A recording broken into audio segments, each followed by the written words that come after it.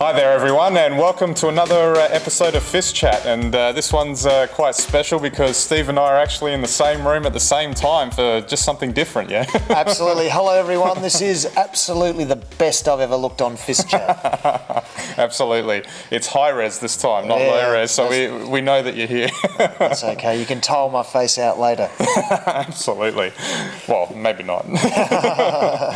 So, just as a reminder, our website www.fistchat.com. That's where you can get all of our social media, video, MP3 links, so you can listen to us there and check out all of our old episodes. So, but without further ado, we'll launch into today's topic, which is the effects of caffeine. Which is quite interesting. I know from my perspective, even if I drink one cup of coffee in the morning, it's gonna affect me for the rest of the day in ways that are not necessarily always good. Absolutely. I mean, I'm, as an ex-addict, not recovering people, I'm all right with it. I still drink the occasional cup of coffee, but not daily anymore, and I certainly feel a lot better for it. I mean, everyone knows that caffeine makes them more alert and sort of certainly has immediate effects when they drink it, and that's because it works at the brain. It effectively blocks adenosine, which I guess works a bit like packing foam inside the head, slows everything down. But the caffeine binds on chemical receptors in the brain, and actually that releases a bit of adrenaline. And that's what really gets you going. I guess it's the same effect as the old survival sort of that fight. Was it flight or fight syndrome or whatever it is? You know, you feel like you're close to being killed by something, and you get that shot of adrenaline. Well, I think that's why people who drink a lot of coffee are always on edge. But it's interesting because obviously it's the world's most consumed drug in effect. I think so. I think they say in America it's the drug of choice, and there's more Americans drinking coffee than any other drug, which could be surprising. Or not surprising, as what is the case. I don't know. I mean, this is pure speculation, but I mean, how much aspirin would they pop, for instance? just a question. Yeah, that's a good one too. But yeah, I mean, how much in effect would be the average being consumed, like say in an average Western country or something like that? Well, it's interesting. I don't know what the stats are for anywhere else. In America, they have a reasonably good statistical or estimate, and they say 3 cups of coffee a day, so about 300 milligrams of caffeine a day, which would be about 3 to 4 cups, depending on the strength. And that's a fair bit. I mean, when you consider anywhere between 4 and 7 grams of caffeine will kill you, I mean, that's getting up to around the 10% mark. Yeah. Would you take 10% of a poison every day? I guess they just have to sell it to you in the right way, that's right. And the way it'll kill you is basically if you did have 4 grams, between 4 and 7 grams, which would be just like a heaped teaspoon. I mean, basically what it will do is it'll overexcite your body to the point where it'll cause you to die. Well, that's a very sobering sort of thought, isn't it? I mean, because most people obviously associate caffeine and I guess with their coffee, and they wake up in the morning and they feel like they need to get that burst of energy and all that sort of thing. But really, considering the way coffee works, the caffeine works in your body, it's sort of a false sense of energy that you're getting. It's sort of like a burst that you're getting at the expense of a later drop. Well, that's true. Well, it's true because you don't get anything for free. So effectively what's happening when you're taking coffee and you get that, and it is a very good drink in the morning if you want to get yourself up and running, and a lot of people need to in the busy world that they lives they lead. It'll get you over that hurdle, and that's the adrenaline. Yeah. But the expense is that you're actually expending a lot of energy and a lot of nervous energy, which is quite interesting. And that sort of comes back to, we'll talk about in a minute, withdrawals. Yeah. But, on a nervous, the brain and the nervous system, it really gets you going. And as part of that as well, it turns on a lot of the cellular channels inside the body. And that's why physically as well to some extent, although there's a lot of debate about what it does to you physically, whether it's good for athletes or not. It still takes its toll. Yeah, absolutely. All right, well, maybe if we'll talk a bit about some of the withdrawal symptoms as well. I mean, as an example, there was a film I made a couple of years ago, and it was actually quite a taxing film to work on, and I was getting into a habit of drinking some fairly strong coffee in the morning, and then I found myself drinking went from 1 to 2 cups, and just to keep it going. This isn't good, Ben. This isn't good. And I found just overall that I'd get to like 7 o'clock at night and I'd be dead tired, and I knew that based on past experience that my energy levels were a bit better than that, and I just made the decision after the whole thing was done just to chop it off at the knees, and I just went cold turkey the day after I'd had like 3 or something like that, and then I don't know if that was a good idea or not, because for about a week and a half to 2 weeks, I was really not out of it, but I just couldn't concentrate. There was I had massive headaches. That's very common. And I just felt sluggish, and then all of a sudden, like after drinking lots of water for that week, it's like the cloud went off of my head and everything became clear, and then I found myself returning to my normal sort of energy levels. So, it's interesting that you kind of think like that kind of puts me off drinking coffee excessively when I know that could happen if I drink it on a regular basis. Well, it's interesting, and we have to sort of, I guess, make the distinction here between caffeine and coffee. Now caffeine obviously occurs in coffee, and it's how most people get their caffeine.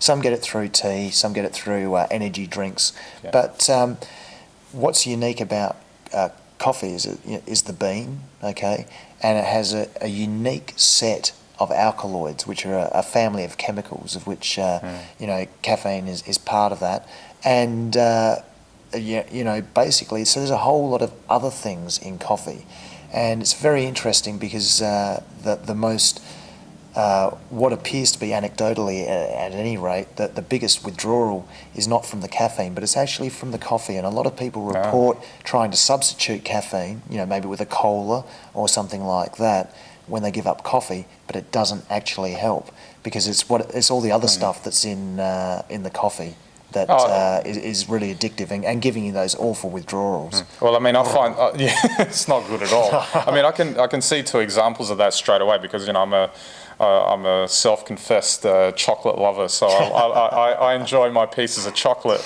and I don't get any of the kind of reactions that I have when, say, drinking a cup of coffee. Then there's the other side.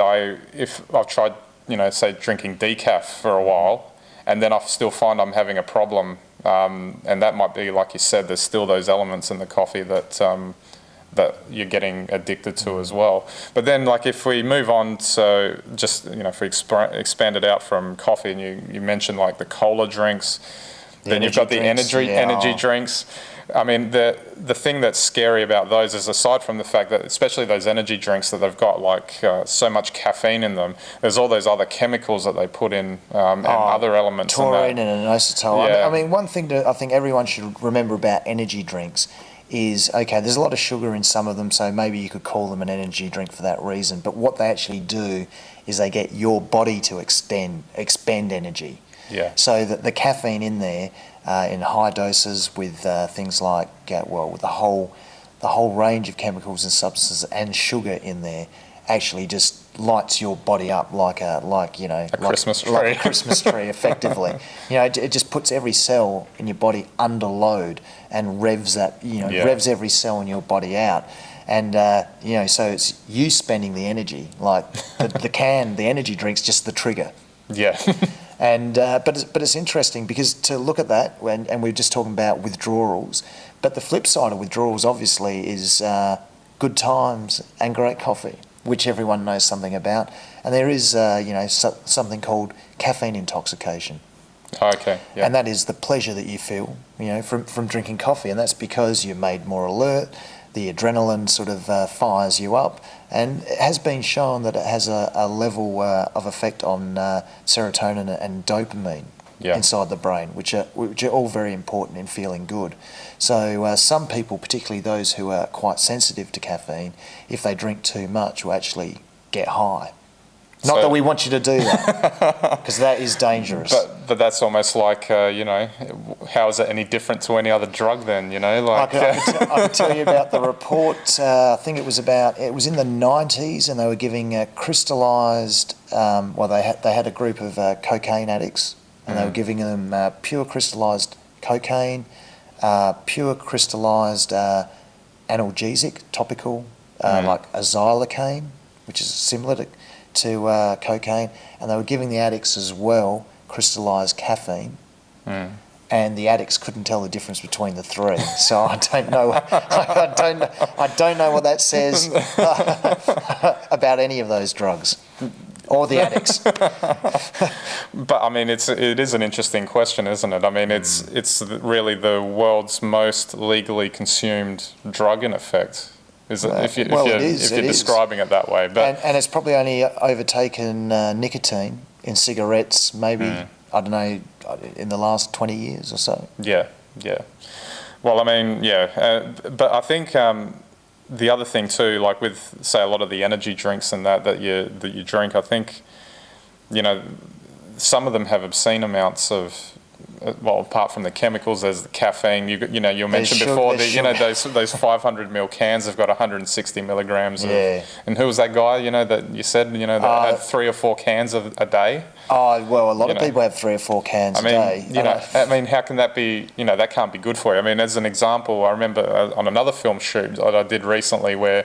I was unfortunate enough to have a group of, they're handing out free cans of Mother, and one of the crew guys got 2 of them, drank 2 of them, and he went mental for the rest of the of the shoot. That would have been caffeine intoxication.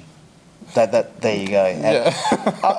I mean, it's really important to remember that with these energy drinks or any of these drinks, if you have a shock or a near miss or something like that, and your adrenaline's gone to fight or flight, once you come down, I mean, that hits you really rapidly. Once you come down, I don't want that to happen again. Like it's too nerve-wracking, too traumatising. Yeah. But you're doing the same thing every time you have a can. But it's spread out. Yeah. So that intense energy isn't quite as rapid as you would get in an emergency situation. But you're spreading it out. You're putting a huge strain on your body. Yeah. The other thing with energy drinks and caffeine as well, I mean, there was the famous case of the Australian Olympic athlete who was a fencer who failed a drug test and claimed that he'd had 43 cups of coffee while waiting for his bout. Now, it was the coffee. It was the coffee. We can only go on his story. Yeah. That would have made him more mentally alert. So maybe something in terms of fencing, which is highly, reflexive. Yeah. Maybe the coffee helped, although I can't see how 43 cups of coffee could help anyone.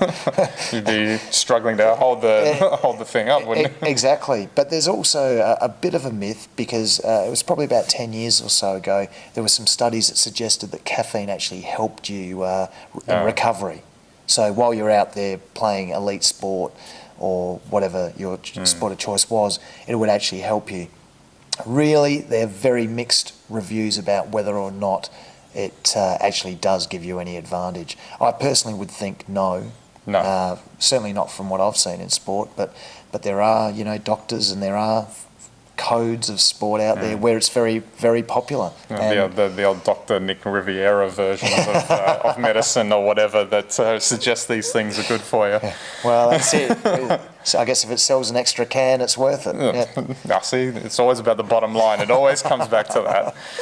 All right, that's probably a good place to finish up. So it was good to do one face-to-face, Steve. So real pleasure. I mean, I believe you're going to take me out for a cup of coffee now. Absolutely. We have to follow this up. We have to do some field experiments here.